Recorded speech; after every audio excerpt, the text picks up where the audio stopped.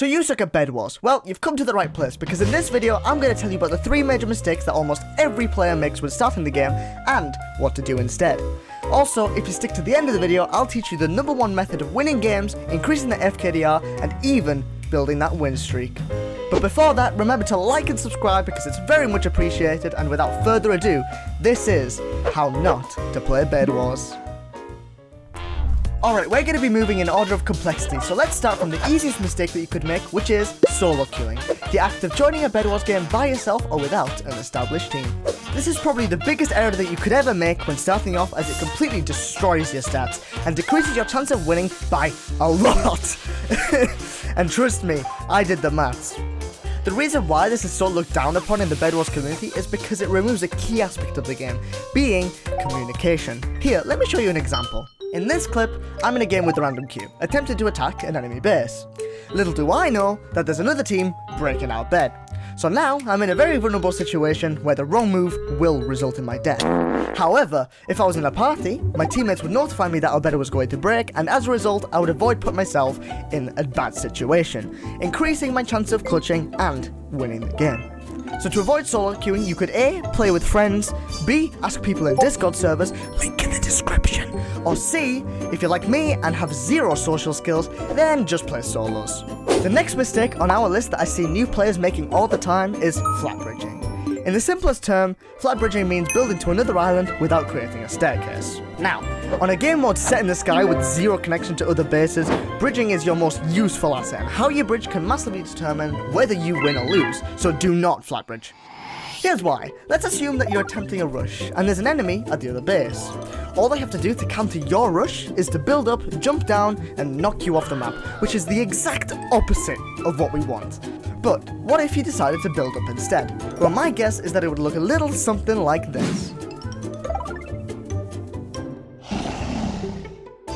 A big improvement in my opinion.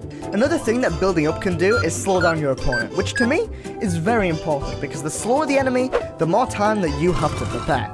Also, a small side note, you don't have to be a bridging beast like Derpled or Bedless Noob to do this effectively. Just a normal speed bridge could do you just fine.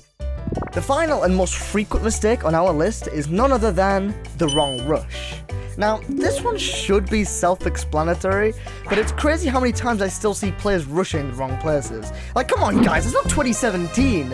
We should know this stuff by now, like what? But in Bedwars, there are 4 possible rushes that you could do, all of which could be helpful in certain situations, and be sure to let me know in the comments which one that you do. There's the side rush, the diagonal rush, the diamond rush, and the mid rush. All 4 of these have their perks, but please remember that the side rush is the most important one. Why, you may ask? Simple. It's your closest opponent and your biggest threat. Look at it this way.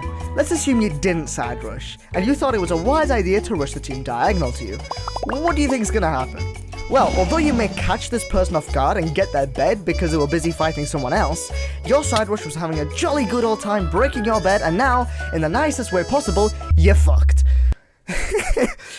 This also applies for rushing mid, but here you probably have a slightly higher chance of winning because M's are really overpowered. There are a few exceptions to this rule though, like whether there's a team next to you or not, the map you're on, and the last thing is if you're on 4s or 3s. In other words, this one is very, very game dependent. Now, before I tell you the #1 method of winning games, I just want to remind you once again to subscribe because it takes so long for me to make high quality content for you guys, and it means so much to me if we could get to 2K soon. Subscribed? Awesome. Now that that's out of the way, the key to winning any Bedwars game, game sense. You may have heard this being thrown around in YouTube channels or in the community, but what does it actually mean? The best way I could put it is analysing the game and its current state and understanding how other players behave, and using that information in your favour. It could also mean that you know exactly how certain game mechanics work. Game sense can't exactly be explained in a video like this, but you can easily develop it by playing the game or by watching other YouTubers, preferably those with higher stars or good stats. Personally, I would recommend these ones because not only are they very good at the game, they're also very entertaining to watch. How do you know that you have game sense? Well, here are some examples. You can guess where other players are in the map and where they're going to go by seeing where their blocks are. This is another reason also to not flat bridge. You can also guess that a player's gonna fireball you if they're looking at you on an angle while you're on a bridge. Another example of game sense is assessing a situation quickly and making a decision that will help you long term, like going to mid after your bed's broken. Alright, so that just about wraps up everything you need to know about how not to play Bedwars. Anyways, that's all from me. Bye!